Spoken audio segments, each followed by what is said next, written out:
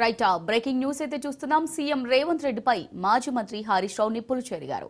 ప్రజాపాలన అంటివి, CM camp ఆఫీస్లో ప్రజా దర్బార్ అంటివి, ప్రతిరోజు ప్రజలను కలుస్తానంటివి, కానీ ఏడాది కాలంగా ప్రజలకు ముఖం చాటేస్తేవి అంటూ విమర్శించారు.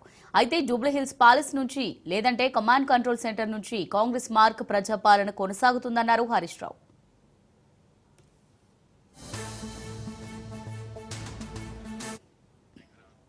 ఇక పోలీస్ పహారా మధ్య గ్రామ సభలు, పోలీస్ కమాండ్ కంట్రోల్ సెంటర్లో ప్రభుత్వ నిర్ణయాలు తీసుకుంటున్నారని హరీష్ రావు మండిపడ్డారు.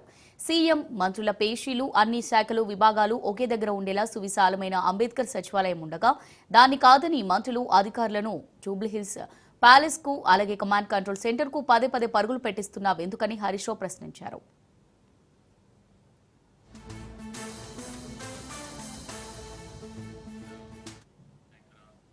ముఖ్యమంత్రి అధికార నివాసం రేవంత్ దర్పానికి సరిపోదని జూబ్లీహిల్స్ ప్యాలెస్ లో ఉంటున్నావని సీఎం రేవంత్ రెడ్డిపై హరీష్ రావు విమర్శించారు. మంత్రులు, అధికారులను ప్యాలెస్ కు పిలిపించుకుని అహంభావం ప్రదర్శిస్తున్నావని మండిపడ్డారు. ఇదేనా ఇందిరమ్మ రాజ్యం అంటే అని సీఎం రేవంత్ రెడ్డిని హరీష్ రావు ప్రశ్నించారు.